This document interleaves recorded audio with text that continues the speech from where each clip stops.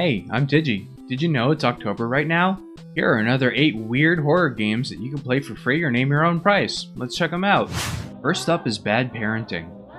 This game is only a few steps removed from a mascot horror game if you ask me, but I really enjoyed this one and I'd like to encourage you to give it a try. We play a kid whose parents are not on the best of terms.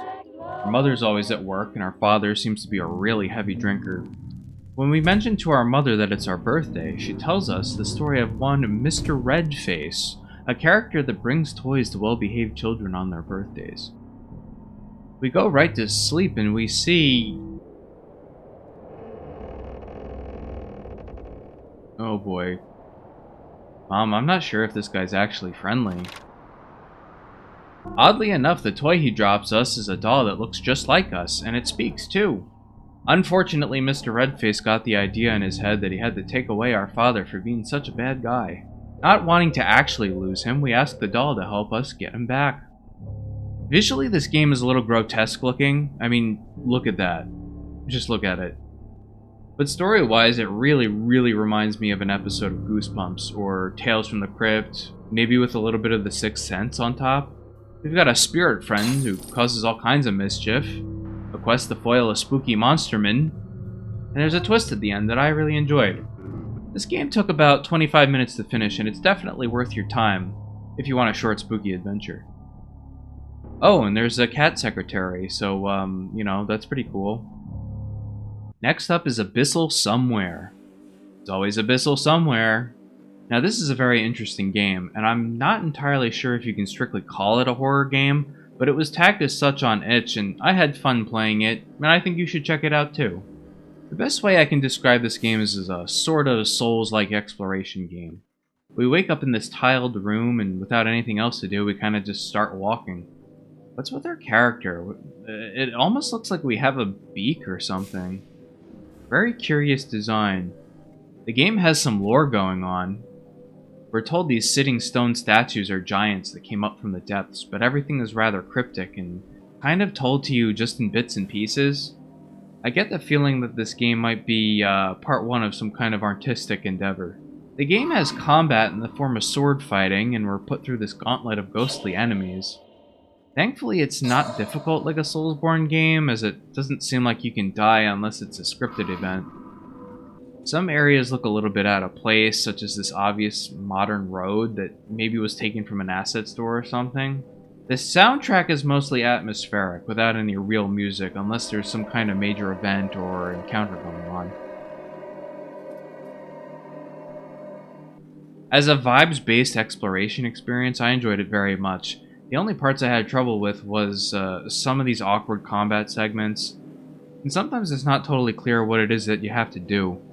You kinda just have to stumble your way through it sometimes. Control-wise, you play with a keyboard or with a controller, but it doesn't seem like they implemented any kind of speed limit on camera movement, so it can be awkward at times to control. Finally, the game has some staticky effects at times that can make the game a real challenge just to kind of see what's going on. If this were to be made a full-length game, I'd recommend paring this effect down a bit. Still, I wholeheartedly recommend you check out this 30-minute experience as soon as you can. Game number 3 this week is The Devil.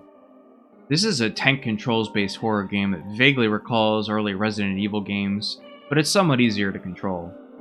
This is a game that really throws you into the middle of a setting and lets you try to figure out what's going on as you talk to people. We play a lifter, which I believe is some kind of mechanic. We work in this massive weird building that may or may not be a spaceship of some kind. As a group, we and the other people on board seem to be on some kind of pilgrimage.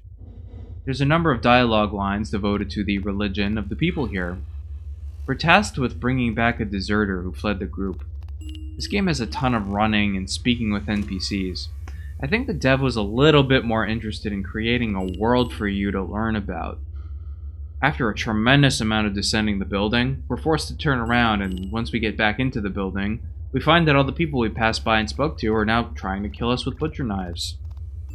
Overall, I think this game was very interesting, but I found it just a little bit too difficult to actually complete. This room here is about halfway in the middle of the tower and counts as a checkpoint. but I had just a bit too much trouble fighting and dodging my way through all these people. I mean, just look at how many guys are chasing me. It's way too much for the amount of ammo they give, even though every enemy goes down in 2 shots, assuming you don't miss. So sometimes you just have to run. I didn't complete this game, having tapped out at around 45 minutes, but I do think it's worth checking out for the picture of the setting that it paints. Just try to have some patience as you go through this part, and don't rush too much. Next up is Psychopomp. And to be honest, I've seen a few high-profile streamers play this on stream, so I think a lot of people are aware of this game by now. But just in case you aren't, I like to make sure you're aware and urge you to check out this game ASAP. We played this extremely well-adjusted and not paranoid at all lady, who believes everyone has special powers that they've been hiding from her since forever. And in order to find out the truth, we decide to find the nearest government building and look for an elevator that brings us down to a set of catacombs filled with secrets. This is definitely one of the more interesting games I've played in a minute. It reminds me of some of those old dungeon-crawling CRPGs like Lands of Lore, or even the Gold Box D&D games. We're basically on a grid here, with left and right buttons turning us, and the up button has us walk forward by 1 square.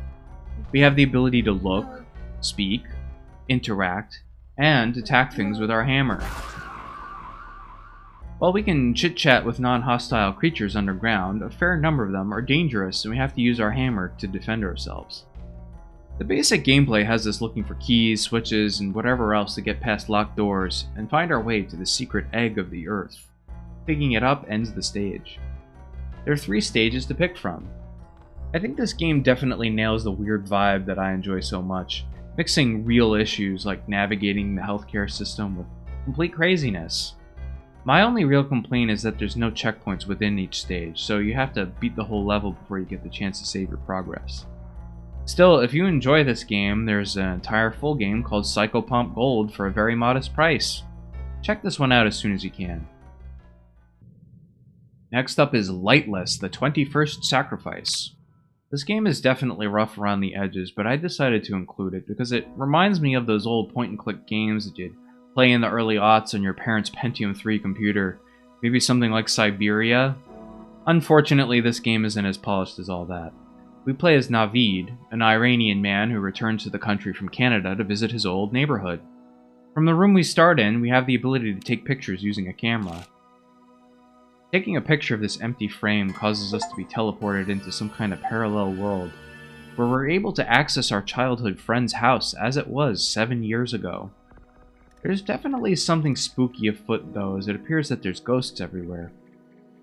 This is some fairly standard point-and-click game fare with puzzles to solve using items that you can grab, and they're scattered around the house. Finally, we have the camera mechanic as well as the flashlight mechanic that we have to use to figure out how to advance. I do find this kind of funny because sometimes the game will just explicitly tell you what to do, right there on the wall. I wonder in-game who wrote this. Weirdly, if you want hints of the game, you can pay $3 for the DLC. I can't say that this game is especially good, but I think it was a funny trip to play. Maybe check it out if this kind of thing interests you. The next game is Angels Bleeding. This is another game that's kinda mid, but it definitely felt strange to me. We wake up in an extremely blue place with this fella in front of us who tells us that he is in fact the Prophet Abraham. He has some kind of weird bug-eye mask that he removes to reveal his goatee. He tasks us with slaying 5 quote-unquote chosen ones, with the goal being to bring about world peace.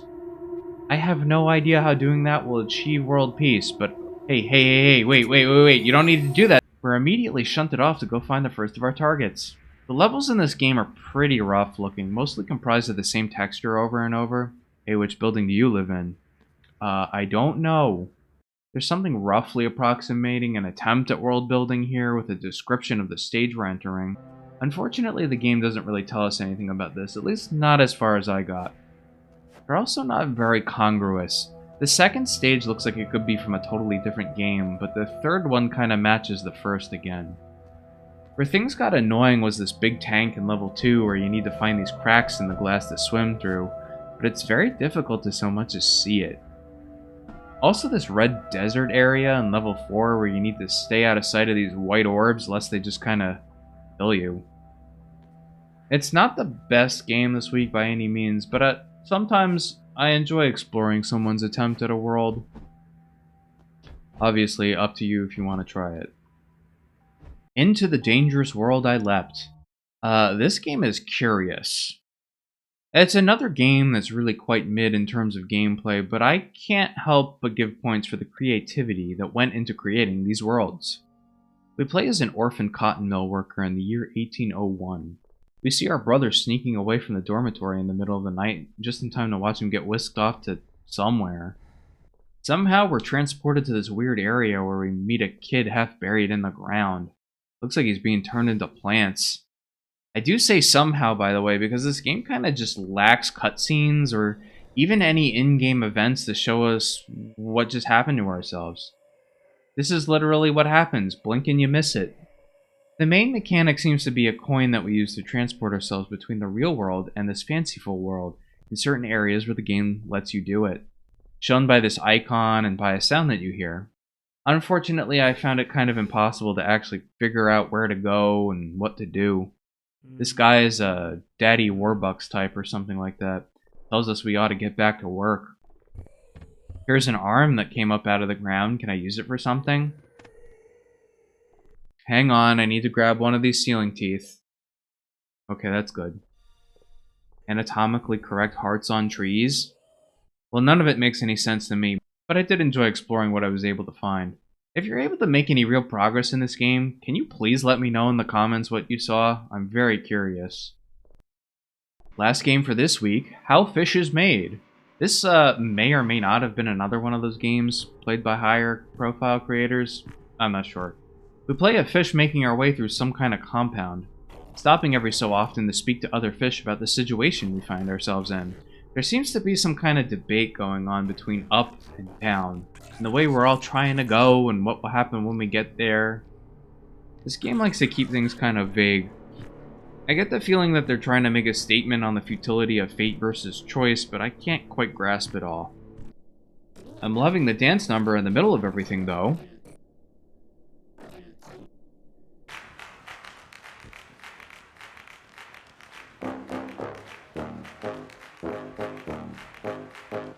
Man, more games really should have musical numbers like this.